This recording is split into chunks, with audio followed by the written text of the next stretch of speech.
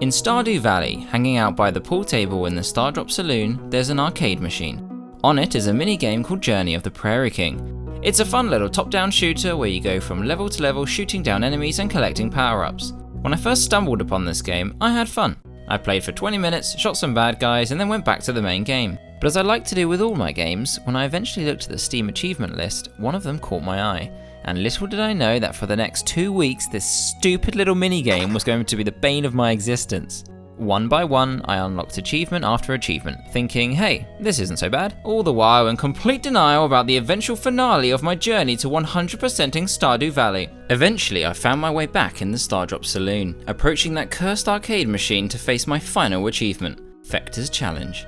To get this achievement, you have to play through all 13 levels of Journey of the Prairie King without losing a single life. If you don't know, dying in this game just means touching a single enemy or enemy bullet. There's only 13 levels, how hard could it be?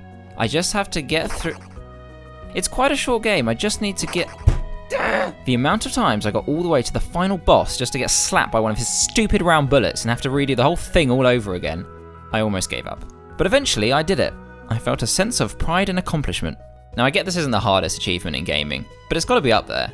However, even my completionist brain isn't going to attempt to finish the entirety of Ori and the Blind Forest without dying, or complete every level of Super Meat Boy without dying, or complete every... Why is every achievement about not dying? Still, even these achievements are easier to get than a multiplayer-only achievement on a game with 0 online players. But why did I do it? Why did I put myself through so much frustration just to get a meaningless Steam achievement?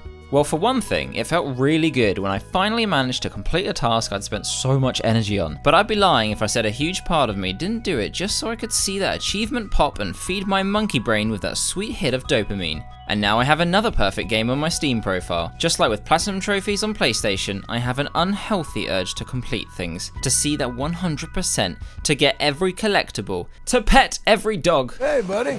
But what does it even mean to complete a game?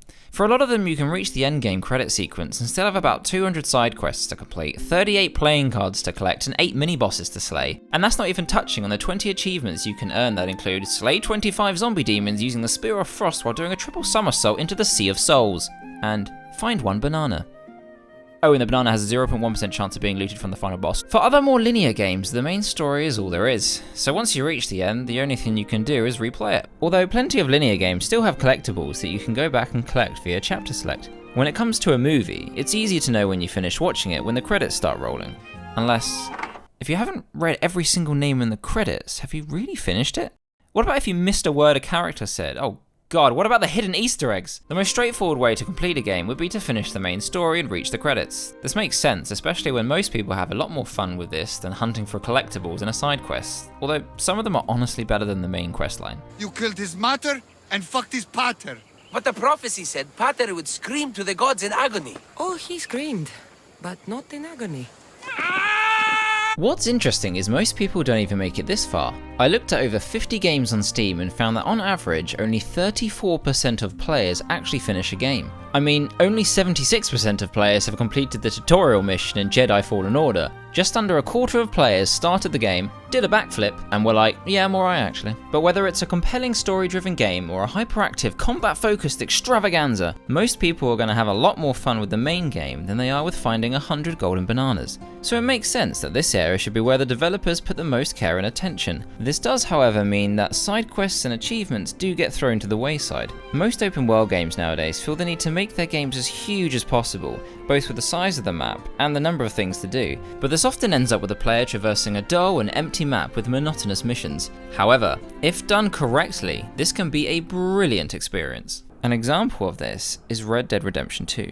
Red Dead 2 features a huge map and is chock full of hilarious random encounters, exciting missions, and the ability to play poker for 8 hours straight. The game is massive in its size and its amount of content, but it's also extremely well done. Very rarely did I feel like a mission was in the game just to pad out the playtime, and it's no secret that the game is chock full of hidden Easter eggs, unique dialogue, and an absolutely ludicrous attention to detail. Throughout my playtime of Red Dead 2, I was completely immersed in the world. It's one of the very few games I've played in recent times where my completionist brain switched off and I just enjoyed the ride. There's a mission to complete over there? That's nice, but I'm just enjoying riding my horse right now, seeing what's over that hill and getting mauled by a bear. However, I'd argue that many games, especially open world games, feature an onslaught of incredibly boring achievements and side missions, the most notable culprits being fetch quests, doing household chores, or God forbid escort missions. We are here. Developers often want their games to be vast, so they sacrifice quality for quantity, and there's nothing my completionist brain hates more than having to burn 300 buckets of coal in the furnace in Overcooked 2. I actually did this. I 100%ed this game. I just sat there for 30 minutes putting buckets of coal in a furnace. It was the longest 30 minutes of my life. What is wrong with me? In my opinion, a game's achievements should have a healthy mix of naturally occurring moments in game, like completing missions or upgrading X number of skills, but it should also encourage players to pursue avenues they may have missed, like going to secret areas or playing the game in a way that's really fun, but may not be initially obvious. You want the pursuit of achievements to be fun, not a chore because you've got to do the same move 7,000 times. Some of my other favourite achievements are ones that are there for purely comedic effect. The most infuriating achievements have got to be ones based almost entirely on luck, whether it's trying to loot something that has an extremely low chance of spawning, or completing a run that involves a hell of a lot of RNG. In Stray there's an achievement called Can't Catch Me, where you have to complete a chase sequence without getting touched by any enemies. I tried over and over again, each time learning certain movement patterns to traverse all the obstacles and enemies, but I can't deny that this achievement required a very healthy dose of luck, seeing as the same movement patterns I did either resulted in getting caught or striding on through no problem. To give the game credit, because god I love this game so much, this is quite a mild offender, and maybe I just need to get good, but some other achievements, my word, you might as well just sit down and flip a coin until it lands on heads 10 times in a row.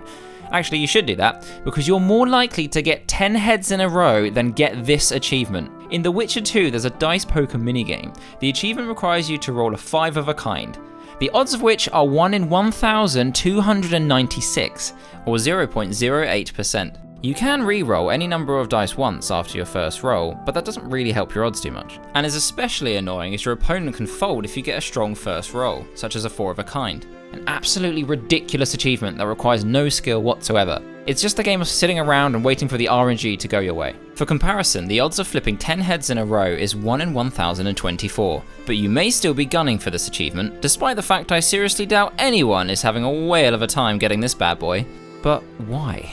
When you start up a game for the first time and see 0 out of 60 achievements sitting right there, egging you on, you may initially be like, whatever, I'll see what achievements I happen to get during my playthrough. But then your first achievement pops and you feel a mildly pleasant sensation. Now you have 1 out of 60 achievements. Nice. You keep playing and then another pops, and another, and another, and another, and that sweet, sweet dopamine just keeps on coming and oh, you've completed the game. And you have 37 out of 60 achievements. Well, I mean, you've already got 37 achievements, it just seems wrong to leave the rest unearned. Every time you earn an achievement, your brain releases a bit of dopamine, especially if it's a well-earned one. This neurotransmitter is crucial to our motivation, and when you feel this effect, you're more likely to try and earn another one. This appears to resemble very much like a to-do list. Ticking away the day's tasks is a super satisfying experience, and when you tick that final box, it's no wonder I have an urge to collect every achievement or find every bit of loot. Every shiny XP increase I see, every gem I pick up, every gold medal I get, it just fuels me to do it again. To get it all, to get 100%, to complete Ori and the Blind Forest without— yeah, no, screw that. My best memories of playing games aren't from when I got a platinum trophy or completed every side quest. They're from playing Modern Warfare 2 with my friends late into the night, getting sucked into the story of Joel and Ellie in The Last of Us, or getting blown away by the beauty of games like Ori, Red Dead 2 or Breath of the Wild. When I recently looked back at some of my favourite games, I noticed that in almost all of them I hadn't gotten every achievement, or even 100% in game, which was a huge surprise for me. In fact, I often had less than half the achievements. I hadn't even thought about purposely getting any. I could have sworn that I had meticulously tried to 100% these games and milk them as much as possible, but then thinking back, where would be the fun in that?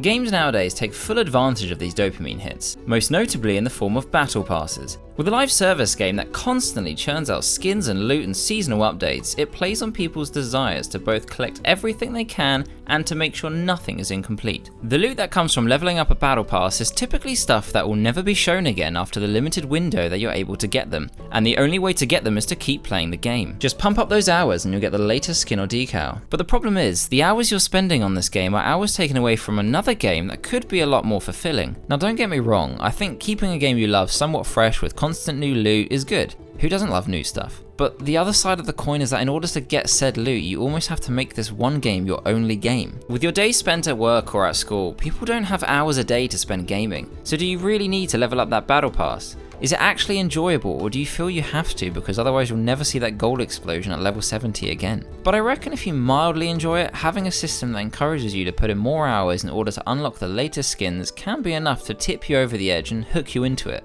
And this is especially true with the additional daily and weekly quests. Seeing that little check mark appear when you complete the quests and watch the XP bar zoom on up gives you that sweet dopamine kick. The sheer desire to complete all these quests can be very powerful in my experience. But is it really worth it? Once I've unlocked that gold explosion, I'm already bored with it and ready to unlock the next thing. Rinse and repeat. Speaking of loot, as much as I love The Last of Us Part 2, please don't hurt me, I spent so much of the game looking around every corner of every room to see if there's loot. It's not just The Last of Us Part 2 though, it's also The Last of Us and The Last of Us Remastered. Oh, and don't even get me started on The Last of Us. Any game that has loot has this hold over me, and I can't help but go through a room and make sure I've collected absolutely everything that there is. Honestly, it's quite immersion breaking. It even transcends into games that don't even have loot, where I just look around just in case there's something to find. It's especially frustrating when playing a linear game and there's two paths to follow, but you have no idea which one leads to the dead end that holds some nice loot versus the one that progresses the game. Just pray that a cutscene doesn't start when you choose one, otherwise you have to play through the rest of the game knowing that you missed out on some loot and you know exactly where it is. All of these problems are only problems if you're obsessed with 100%ing a game. Rather than let myself get swept up in the world, embrace the run I'm having, and not worry about whether I've missed something, I instead obsess over parts of the game that are actually the least fun. As cliche as it sounds, playing a game should be about the journey. I want to be thrown into a new world, explore all of its wonders, and care way too much about the characters in it. I shouldn't be relieved after I've completed a game. I should be sad that there isn't more. However, no matter how hard I try, my eyes always trail to that achievement list, or I scan every nook and cranny of the map to make sure I've revealed everything.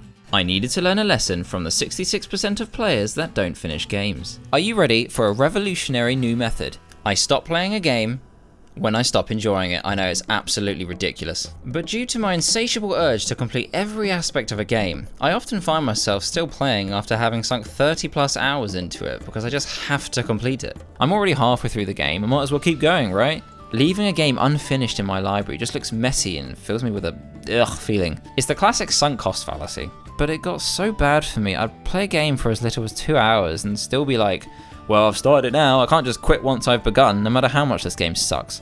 My problem though was how I was framing the idea of completing a game. If I was a strong completionist, I just had to rethink what a completionist was. So I told myself that completing a game means using up all of my enjoyment on it. When I reached a point I was no longer having fun, then I had completed it. If I'm still having fun on the journey whilst hunting down achievements, then that's great too. However, I could also be over halfway through a game and not really feeling it anymore, but that just meant I had completed it. Now 100-hour games can be completed in just 5 hours. Brilliant! Just the other week I completed Gotham Knights in under 5 minutes. It sounds ridiculous, and to be honest it probably is. But the more I tell myself this, the more I focus on how much I'm enjoying the game as a whole, rather than looking at a bunch of checklists. And with this frame of mind, I'm reminded of how I used to play games as a kid, where the only reason I ever got 100% was because I loved the game so much, I just happened to play every single part of it. The enjoyment never came from getting 100%. It came from the experiences and the memories that I made along the way. And friends.